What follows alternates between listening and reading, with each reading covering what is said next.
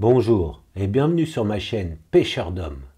Après avoir étudié les 3 premières fêtes de Dieu, lesquelles je vous invite à regarder, les liens étant dans la description ci-dessous, nous allons maintenant nous plonger dans la 4e fête du Dieu véritable, Dieu d'Israël, la fête de Pentecôte, Shavuot.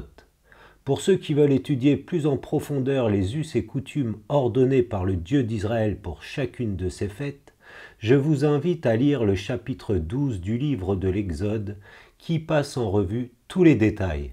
En ce qui nous concerne, nous allons étudier le chapitre 23 du livre de Lévitique qui énumère chaque fête chronologiquement en nous concentrant principalement sur leur sens historique et surtout prophétique, puisqu'elles pointent toutes vers le Messie d'Israël, Jésus Yeshua, comme cela est confirmé dans le livre des Colossiens au chapitre 2, versets 16 et 17, où il est écrit « Que personne donc ne vous juge en ce qui concerne le manger ou le boire, ou à propos d'un jour de fête ou de nouvelle lune, ou de Shabbat, qui sont une ombre des choses à venir, mais le corps, la réalité, est du Christ. » Alors commençons notre étude à propos de la fête de la Pentecôte, Shavuot, en lisant le livre du Lévitique chapitre 23 versets 15 et 16 où il est écrit « Tu compteras 7 semaines entières à partir du lendemain du Shabbat, du jour où tu auras apporté la gerbe de l'offrande d'agitation.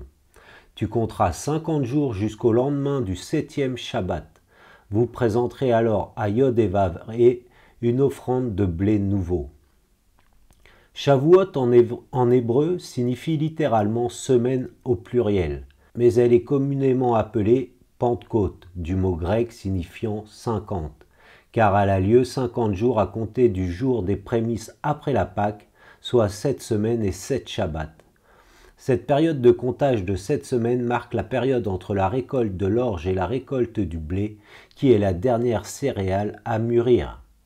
Puisqu'il s'agit de célébrer la bonté de Dieu lors de la récolte d'été, cette fête est également connue sous le nom de fête de la moisson, ou comme elle est appelée en hébreu, Hag Akatzir. Lisez Exode chapitre 34 verset 22. C'est l'une des 3 fêtes du calendrier juif au cours desquelles tout Israël devait se rendre au temple à Jérusalem.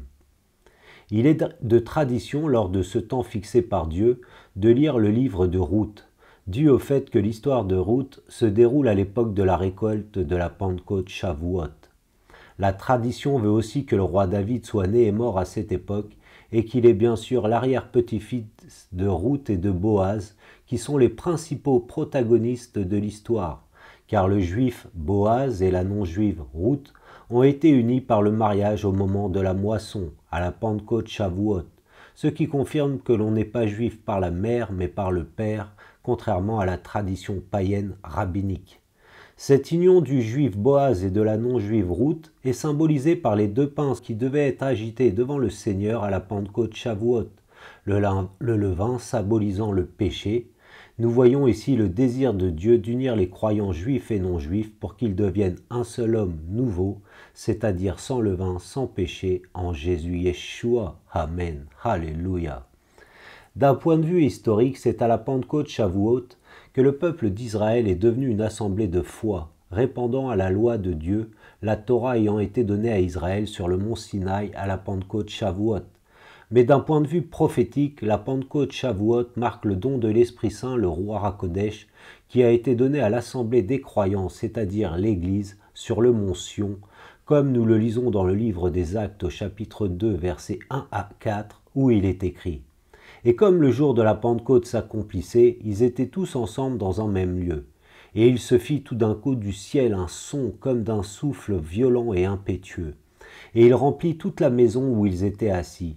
Et il leur apparut des langues divisées comme du feu, et elles se posèrent sur chacun d'eux. Et ils furent tous remplis de l'Esprit Saint, et commencèrent à parler d'autres langues, selon que l'Esprit leur donnait de s'énoncer. Selon le livre des Actes au chapitre 1 verset 15, quelques 120 disciples dont des femmes étaient réunis dans la chambre haute. Puis l'apôtre Pierre, après avoir été rempli de l'Esprit Saint à Shavuot, à la Pentecôte, se leva et expliqua à tous ceux qui étaient présents qu'ils étaient témoins de l'accomplissement d'une prophétie prononcée par les prophètes Joël au chapitre 3 versets 1 à 5 et au chapitre 1 versets 1 à 3 et du prophète Zacharie au chapitre 9, versets 9 et 10, et du prophète Moïse dans le livre de la Genèse au chapitre 39, versets 8 à 12, lesquels je vous invite à lire vivement. Puis Pierre explique maintenant que Jésus Yeshua, qui était parmi eux, n'était autre que le Messie promis au peuple d'Israël. Hommes israélites, écoutez ces paroles. Jésus, le Nazaréen, homme approuvé de Dieu auprès de vous par les miracles et les prodiges et les signes que Dieu a fait par lui au milieu de vous, comme vous-même vous le savez, ayant été livré par le conseil défini et par la prescience de Dieu, lui, vous l'avez cloué à une croix et vous l'avez fait périr par la main d'homme inique, lequel Dieu a ressuscité, ayant délié les liens de la mort, puisqu'il n'était pas possible qu'il fût retenu par elle. Il est important de noter que les personnes présentes pouvaient savoir avec certitude que le tombeau de Jésus Yeshua était vide, et Pierre prouve la résurrection du Seigneur Dieu par les prophéties messianiques concernant la résurrection de Jésus Yeshua d'entre les morts, en citant notamment le psaume 16, et rappelle à ses auditeurs que le Seigneur Dieu Jésus Yeshua est maintenant assis à la droite de Dieu le Père, comme cela avait été promis dans le psaume 110, et qu'en vertu de son droit, il répand son Esprit Saint au nom de Jésus Yeshua sur ceux qui lui appartiennent. Certains d'entre eux ont pu comprendre en un instant que l'événement qui se déroulait sous leurs yeux était semblable à l'acte de réception de la Torah au mont Sinaï.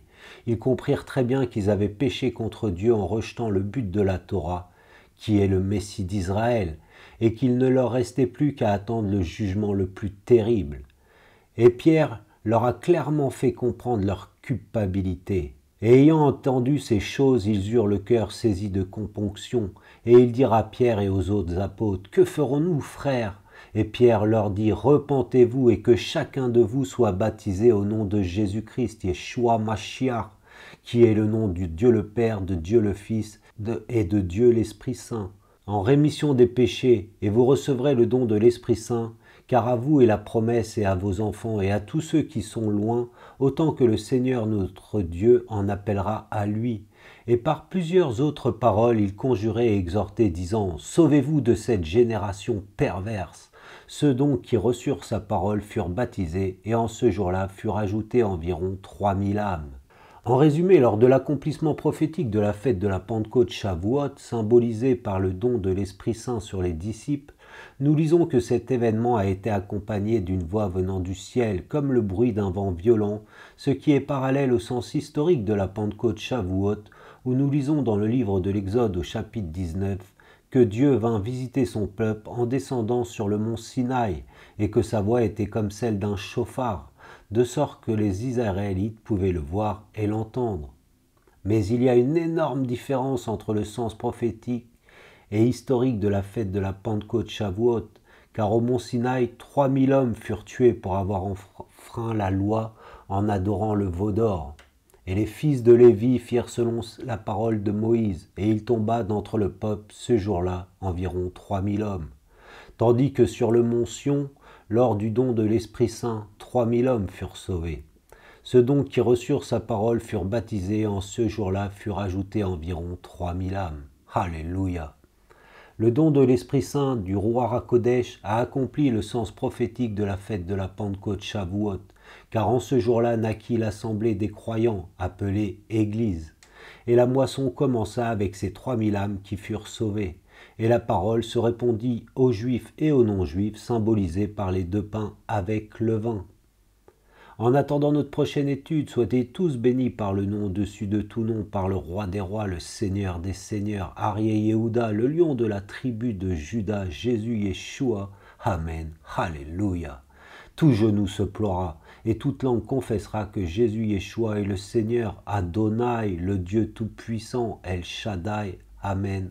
Alléluia.